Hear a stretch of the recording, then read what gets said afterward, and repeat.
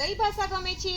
ગુજરાતી, રહીમાબેન તમને? હિન્દી, શિવાનીબેન તમને? ઇંગ્લિશ, મમતાબેન તમને? સંસ્કૃત. ખૂબ સરસ. બધા બાળકોને જુદી જુદી ભાષા ગમે છે. આજે આપણે શરીરના ભાગો બધી ભાષામાં જોઈશું.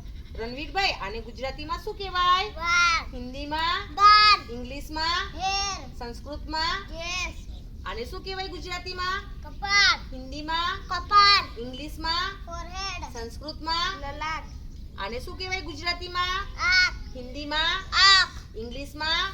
આઈ, સંસ્કૃતમાં? નેત્રમ, આને શું કહેવાય ગુજરાતીમાં?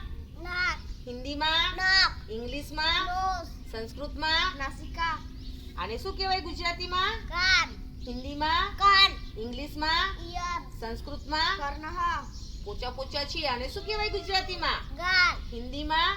ગાલ, ઇંગ્લિશમાં? ચીક, સંસ્કૃતમાં? કપલહ, ખૂબ સરસ. આમાં તો મસ્ત મસ્ત બધું ખાવાનું જાય છે. આને શું કહેવાય ગુજરાતીમાં? પેટ, હિન્દીમાં? પેટ, ઇંગ્લિશમાં? સ્ટમક, સંસ્કૃતમાં? ઉધરમ, આનાથી બધી વસ્તુ આપણે પકડીએ છીએ, સાયકલ ચલાવીએ છીએ. શું કહેવાય આને ગુજરાતીમાં? હાથ, હિન્દીમાં? હાથ, ઇંગ્લિશમાં? હેન્ડ, સંસ્કૃતમાં? હસ્તઃ, ખૂબ સરસ.